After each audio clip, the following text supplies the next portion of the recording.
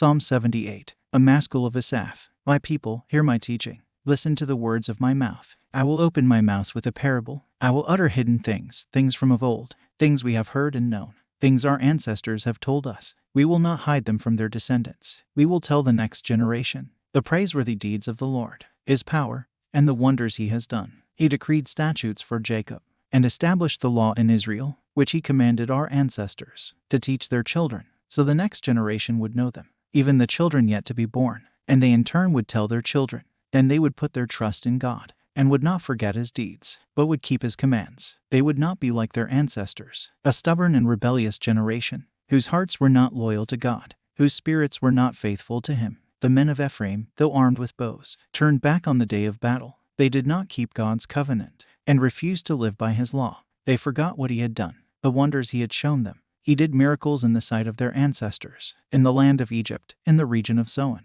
He divided the sea and led them through. He made the water stand up like a wall. He guided them with the cloud by day, and with light from the fire all night. He split the rocks in the wilderness, and gave them water as abundant as the seas. He brought streams out of a rocky crag, and made water flow down like rivers. But they continued to sin against him, rebelling in the wilderness against the Most High. They willfully put God to the test by demanding the food they craved. They spoke against God. They said, "Can God really spread a table in the wilderness?" True, he struck the rock, and water gushed out. Streams flowed abundantly. But can he also give us bread? Can he supply meat for his people? When the Lord heard them, he was furious. His fire broke out against Jacob, and his wrath rose against Israel, for they did not believe in God, or trust in his deliverance. Yet he gave a command to the skies above, and opened the doors of the heavens. He rained down manna for the people to eat. He gave them the grain of heaven. Human beings ate the bread of angels. He sent them all the food they could eat. He let loose the east wind from the heavens, and by his power made the south wind blow. He rained meat down on them like dust, birds like sand on the seashore. He made them come down inside their camp, all around their tents. They ate till they were gorged. He had given them what they craved. But before they turned from what they craved, even while the food was still in their mouths, God's anger rose against them. He put to death the sturdiest among them, cutting down the young men of Israel. In spite of all this, they kept on sinning. In spite of his wonders, they did not believe. So he ended their days in futility, and their years in terror. Whenever God slew them, they would seek him. They eagerly turned to him again. They remembered that God was their rock, that God Most High was their Redeemer. But then they would flatter him with their mouths, lying to him with their tongues. Their hearts were not loyal to him. They were not faithful to his covenant. Yet he was merciful. He forgave their iniquities, and did not destroy them. Time after time he restrained his anger, and did not stir up his full wrath. He remembered that they were but flesh, a passing breeze that does not return. How often they rebelled against him in the wilderness, and grieved him in the wasteland. Again and again they put God to the test. They vexed the Holy One of Israel. They did not remember his power, the day he redeemed them from the oppressor, the day he displayed his signs in Egypt, his wonders in the region of Zoan.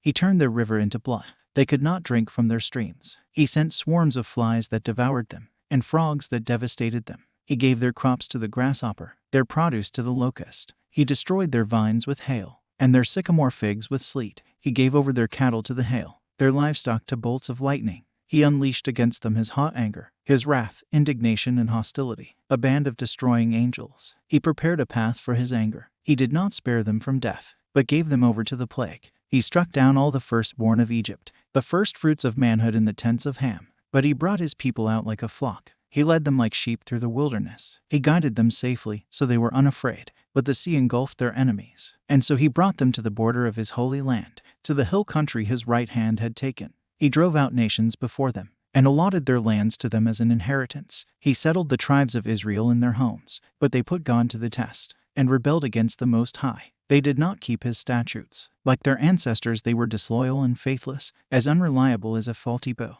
They angered him with their high places. They aroused his jealousy with their idols. When God heard them, he was furious. He rejected Israel completely. He abandoned the tabernacle of Shiloh, the tent he had set up among humans. He sent the ark of his might into captivity, his splendor into the hands of the enemy. He gave his people over to the sword. He was furious with his inheritance. Fire consumed their young men, and their young women had no wedding songs. Their priests were put to the sword, and their widows could not weep. Then the Lord awoke as from sleep, as a warrior wakes from the stupor of wine. He beat back his enemies. He put them to everlasting shame. Then he rejected the tents of Joseph. He did not choose the tribe of Ephraim, but he chose the tribe of Judah, Mount Zion, which he loved. He built his sanctuary like the heights, like the earth that he established forever. He chose David his servant, and took him from the sheep pens. From tending the sheep he brought him, to be the shepherd of his people Jacob, of Israel his inheritance. And David shepherded them with integrity of heart. With skillful hands he led them.